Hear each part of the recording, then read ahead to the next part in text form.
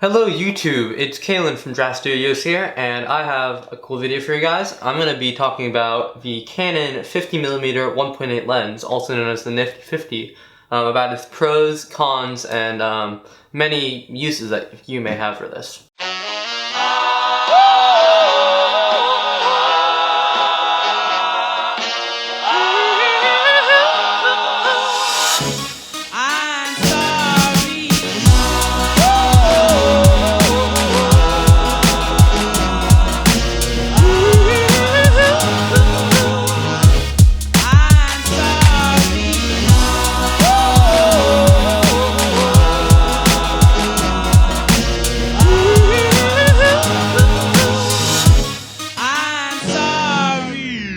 To begin with, this lens is very cheap. At a price tag of $125, this is definitely one of the cheaper Canon lenses on the market right now. But besides just being cheap, this lens is also a very high quality lens. It's pretty sharp and it has very nice specs, 50mm and 1.8 aperture, which is very fast for $125, which makes it probably the most cost-effective lens that you can get as a Canon user. So another cool pro of this lens is that it's very small and thin.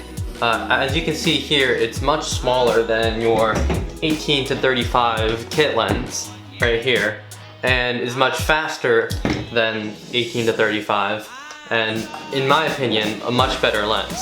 Those qualities make this Nifty 50 lens probably the best beginner lens for Canon users once you have kind of worn out your kit lenses, the 18 to 35 and the 75 to 300 kit lens. This lens is great not only for photos but for video as well. We normally use this lens on the Canon camera right here to film the majority of our videos.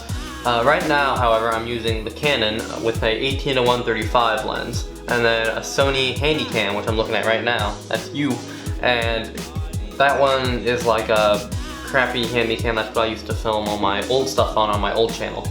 I mean, 18 to 135 is amazing, but you don't get that nice bokeh and blurred background like you do with the 1.8 because that's only a 3.5. Although this lens is really good, I have ran into some problems with using this lens. Because it's so wide and fast, you will often not get your subject in focus. Because it's 1.8, you can often get the tip of the nose in focus, but not the rest of the face. And that's normally not a good thing, because you don't see it on your camera, but later when you're on your computer, you'll see that your subject's really not in focus. Also, at 1.8, this lens is not at its sharpest. It's sharpest at about 2.5 to 2.8, which is one stop down, and then you'll get probably the sharpest image you can get with this lens. However, at 2.5, you won't get that nice depth of field effect. For some users of Canon lenses, your lens may be internally stabilized, but this lens is not. It's completely but this lens is not. There's no stabilization inside the lens, which means that you better be using a very high shutter speed in order not to get motion blur. I've ran into this problem a lot when taking photos with this, so I'm used to my 18 to 135, which is on the tripod right now, and that's stabilized. So when I'm running and gunning or just shooting photos on the go, you really need to stop and kind of think about your shot and stop your camera from jiggling around to take that shot to make sure you get that sharp image. So this lens obviously has a very sharp learning curve due to the 1.8 aperture. You have focusing problems, but in the end, this is definitely a very beneficial lens to have with that 1.8 just for bokeh. Bokeh is amazing, guys. But that's also another thing too. Sometimes, you know, you gotta take a step back and just calm down on the bokeh, you know? I'm just so addicted to that bokeh sometimes, it's just, I'd start to forget about everything else about compositing a photo, like the rule of thirds, for example. And you just focus on the bokeh, and sometimes that's not exactly a good thing for you.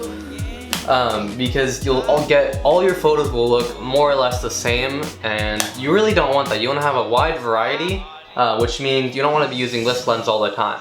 But that being said, this is still an amazing beginner lens to get. At only $125, you know, this is the best lens you can get in its price range, and will make an amazing secondary lens for those interested in getting into photography in the world of prime lenses. So that's it for this video, guys. Thanks for watching. Hope you guys check out our other videos. Like this if you enjoy it. Please don't make this like our last video, which was like Chromebook Pro versus iPad, and it has 6 dislikes, and that's because I said Pro instead of Chromebook Plus. I'll try not to make the mistake of the title again, but make sure you guys like this video and subscribe if you want to see more of what you see now. I'm not as funny as Adam is, but you can see our other videos and they're much more humorous than me. But that's it. Hope to see you guys next time. Caelin from Draft Studios, signing out. That was crazy.